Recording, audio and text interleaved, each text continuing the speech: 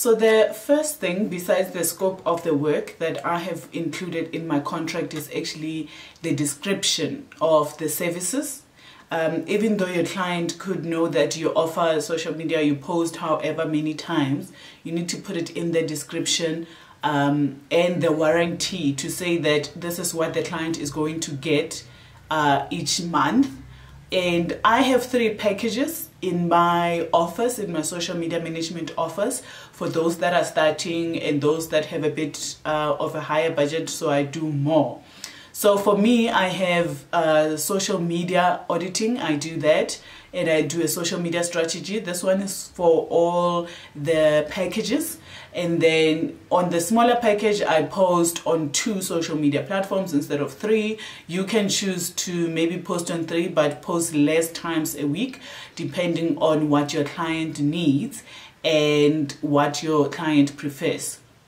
So put everything, and if you're going to engage, then tell them how you're going to engage. Are you going to be contacting other pages and things like that, and for how long? And in that time, then you need to know how many clients you can actually engage with. If you say, I'm going to give you 30 minutes a day to engage, then in that 30 minutes, I can leave 10 comments on 5 accounts or things like that. So you need to make it very clear that the offer and the pricing that you've agreed on, and what you're going to be giving them every month. And then also if you're going to give them a report, which I think you should include in all the packages.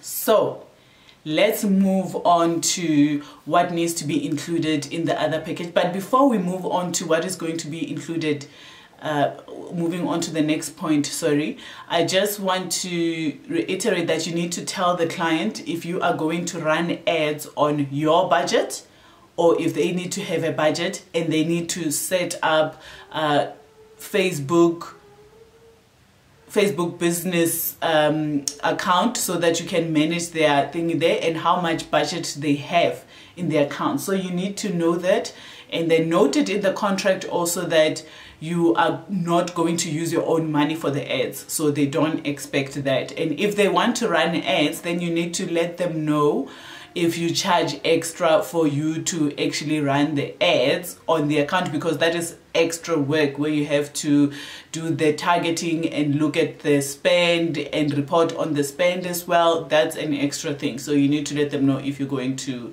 charge extra for that. On to the next category that you need to include is going to be your edits and approvals. So you need to let the client know when the first draft is going to be submitted of the posts. I like to submit mine on Sunday. If your client wants them on Friday to approve for the following week, then you can do that. But you need to let them know by when, and then when are they going to be approved. If it's better to do a whole month, even though it's difficult, I prefer week by week. You can do a whole month and then they approve, and then if they want the change, it just takes a lot more, but it saves you with time. But I prefer the weekly. So you tell them when you submit and when they're supposed to give you approval.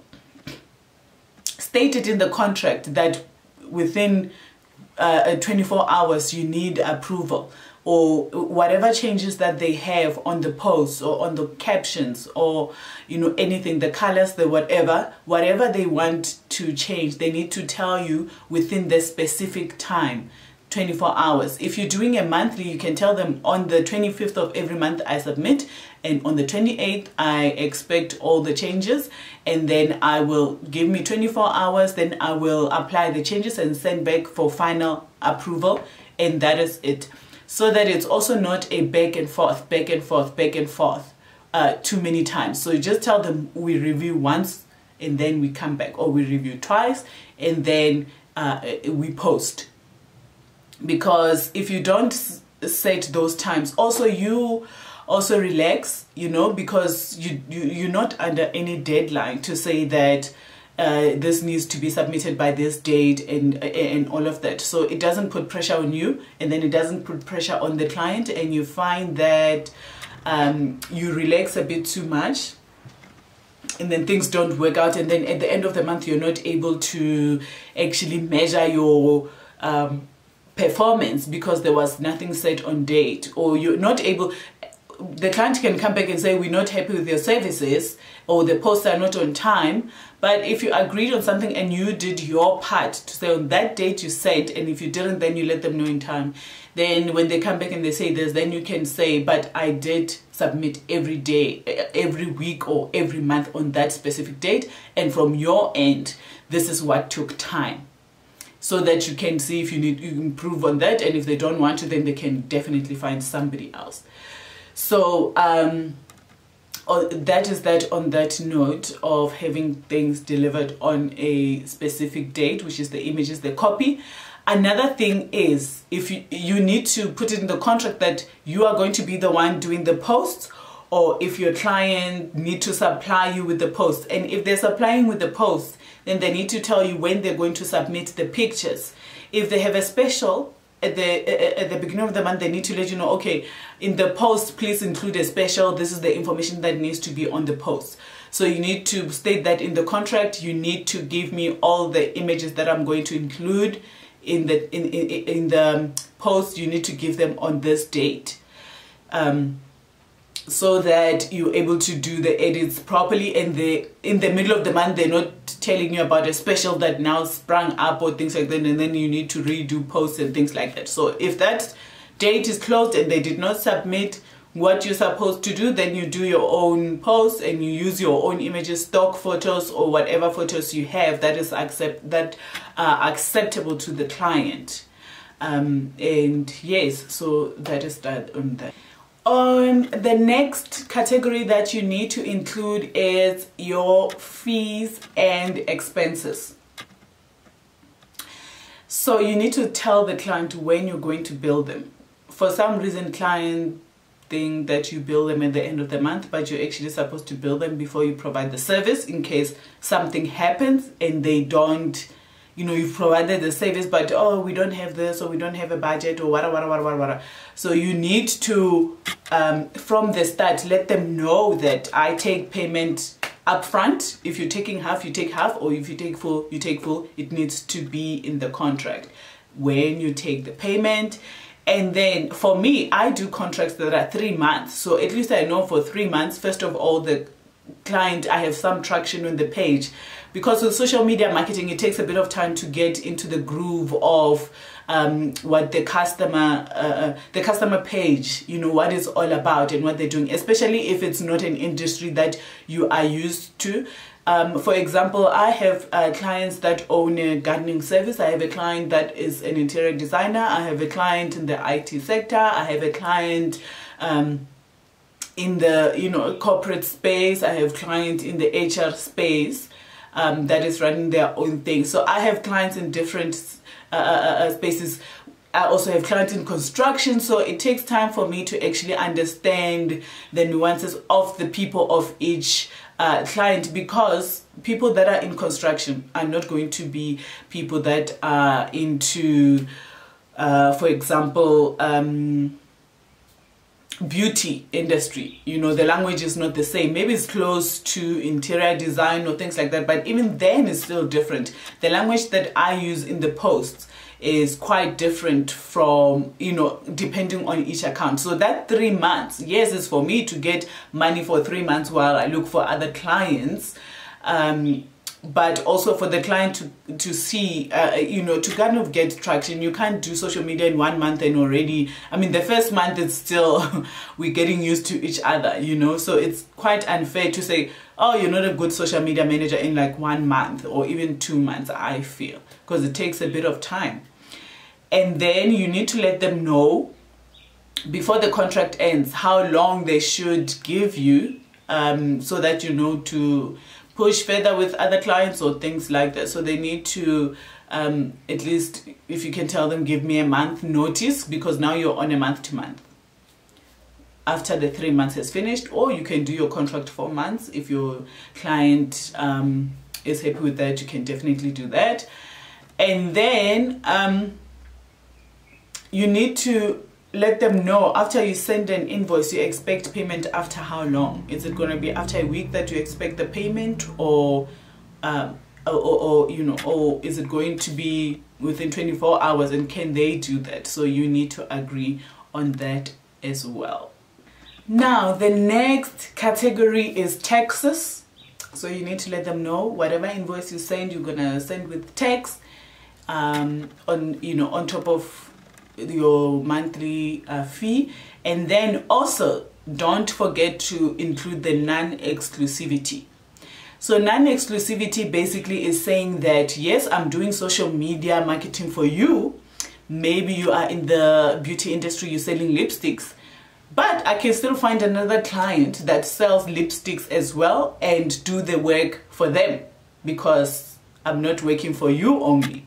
So if it happens that they do find out that you have another client in the similar industry, let them know that it, you know, it is part of your work. It is what you do. So they cannot say that, sorry, you can't take that client because you're doing that for us.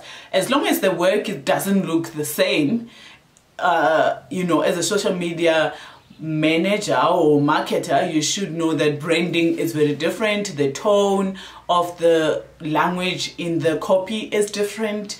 The tone of the entire brand is different. So you will adjust the, you know, the copy, the images and things like that according to the brand. So they must not worry about that. And it's not like you're out there doing sales for them and things like that. It actually could work very well for everybody if you learn different things from different pages, and, you know, seeing that, okay, on this page the people are reacting this way, and on that page the people are reacting that way. So you are able to, you know, grow both accounts at the same time. So I think it could be a good thing, but maybe some people might feel somehow about it. So you can just let them know that I don't have to let you know that I found a client in this industry. It's just I'm doing this work for you, and if I find somebody else in a similar industry, then I can still do the work for them. The next category is, it's a contract, guys. You need to cover your bases. So in the next category, you need to speak about termination. The client, you need to let the client know, and they also need to let you know, and it needs to be in agreement that if you breach the contract, or if they breach the contract, you have the right to terminate the contract, or they have the right to terminate the contract. But maybe you can say, before you terminate the contract, I need to see if I can improve on what you are saying that I can, and if I can't, then we can part ways and you can look for somebody more suitable. But before you terminate, you need to speak about, okay, if they say we're not happy in the middle of the month or whatever, they still need to pay you for the rest of the month, you know, or you need to deliver the whatever you were supposed to deliver for the rest of the month. Here you go, here's your things. So just make sure that in the termination you state that should you not be happy, or should you in the middle of the month, maybe you're moving to another country, I don't know, you need to leave, then you will deliver the client's things, all of them, all at the same time, and they will pay you in full. That's something that they can agree on, and if they don't agree on it, then you can change that, or you can say, sorry, that's a thing for me and I'm not going to change it. The next category is confidential and proprietary information. So what that means basically is that you will let the customer know that you're not going to share their information. Yes, you know, you're going to be letting me know of certain things in your company, and because you don't work for the company, even when you do, you cannot share people's information with other people. You know, some people don't even want others to know that they're working with you or things like that, because they're scared maybe other people will come for you looking for information, pay you and things like that. So you have to promise them that you will not be sharing any information, especially confidential information, that belongs to that company, and they're not allowed to share information with other people, like telling other people how much you charge them. You know, they can't tell people that.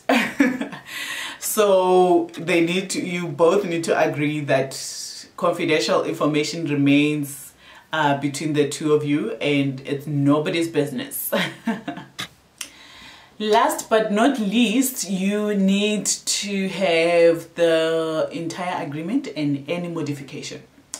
So you need to tell the client, okay, this agreement is set. You cannot go and change it by yourself. If there's any changes that they want on the contract, then they need to state it. They need to let you know that, okay, we don't agree with this, and then you can change it in agreement. They cannot go and change it by themselves. You cannot go and change it later. Maybe you see that the amount of work that you're doing for them in the contract that you stated is a lot more than what they're paying you worth. Unfortunately, you cannot change it. So you can only wait for the contract, and then after a month you can say, you know what, this is this and that, and I need to increase my rate. You can give them a month, and if they're not happy with the rate, you can recommend somebody else with a lower rate or something that they feel that, you know, they can go with that person. But in most cases, it's not about the rate, it's more about the value of the work that is in the contract, or that you deliver. Actually, the work that you deliver, that's where the value is. So I'm going to put the information in a list in the caption, and you can book your training session where I show you how to become an efficient freelancer with social media marketing, get clients, and what to look out for, and how to show your value even more so that you get better paying clients. And also, I want to leave this with you. I saw somebody who heard somewhere where it said, and it touched me as well, it said that sometimes you don't have a money problem, you have a mindset problem. So it's not that at times clients will not pay you more. If they don't pay you more, maybe the value you bring is not worth that, or they're the wrong client. So in most cases, as entrepreneurs, freelancers, small business owners, we're very scared to ask for price. Don't be scared to ask for price. Don't be scared to raise your price if you know your worth. If you know that you have delivered above and beyond the results that they were looking for, then you can definitely raise your prices. And, you know, because it's only right that you look after yourself, your business, and maybe you'll have employees in the future, you know. So thank you very much for joining me, guys. Please join me in the next video. I'm going to be giving you more businesses or more business ideas for you to apply in South Africa that actually can bring you money. This time I'm going to be looking more at the digital businesses, but maybe I'll throw in a bit here and there, things that you can do offline to make money, because I know South Africans are very comfortable with being offline, but you need to come back online. Yes, have a good day. Thank you. Keep being awesome. I'm out.